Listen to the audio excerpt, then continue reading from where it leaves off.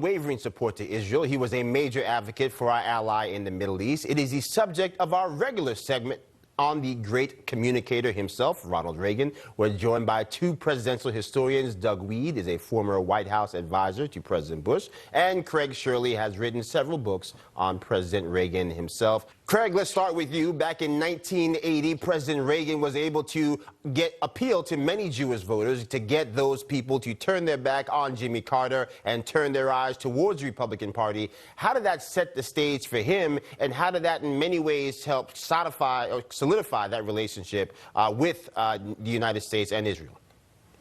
Yeah, Joe, it's a good question. You know, he was set up nicely by Jimmy Carter because a lot of Jewish members of the community here in the United States and in Israel thought that Jimmy Carter was borderline anti-Semitic. He turned his back many times on Israel when it needed him.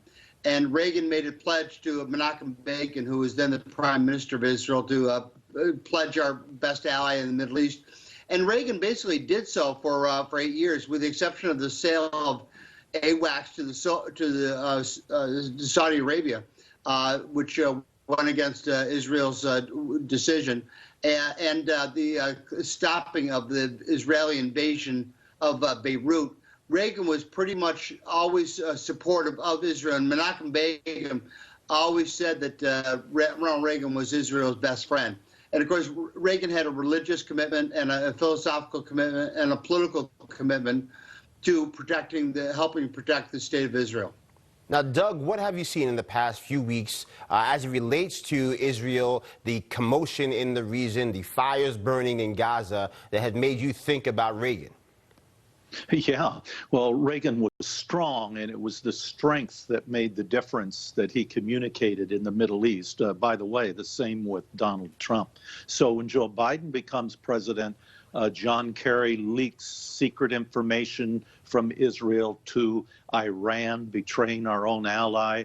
Joe Biden, in addition to trying to reopen the talks with Iran, immediately sends them $130 million, which they pass on apparently to Hamas, who rains rockets down on innocent Israeli citizens in the streets of Israel. That shows you what weakness does. Joe, if you look at history, it's no accident that there was peace in the Middle East under Donald Trump, because he showed that Reagan strength. And there is no peace in the Middle East under anybody else, going back for the last 6 or 7 presidents.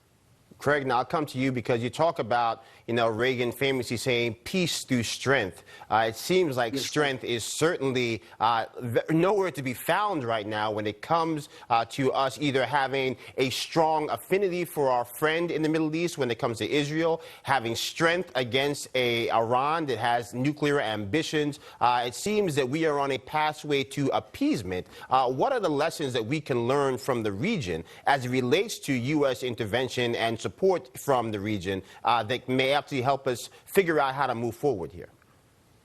Well, Brother Weed is exactly right. It is a test of strength.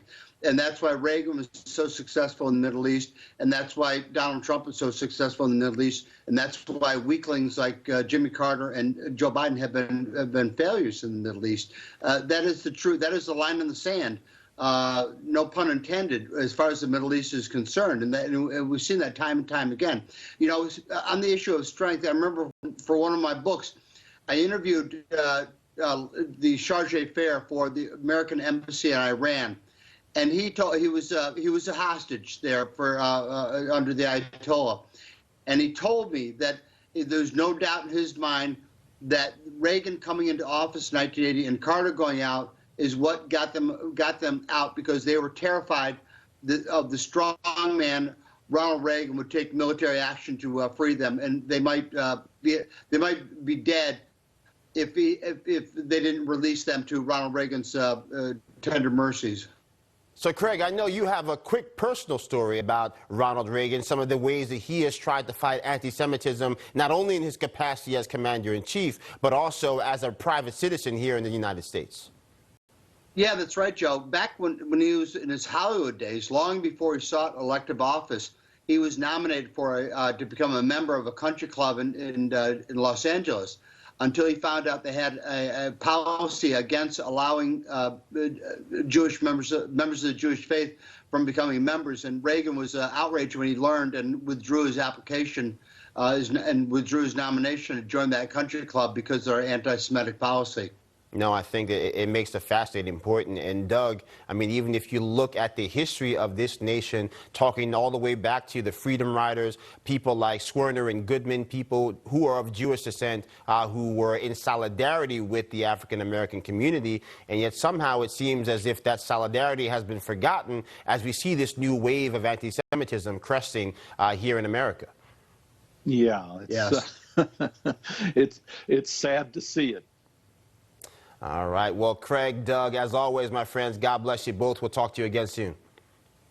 Thank you, Joe, very much. Have a good weekend. All right. Coming up next, my final thoughts in our weekly Third Opinion. Stick with us. You're watching Saturday Agenda. We'll be right back.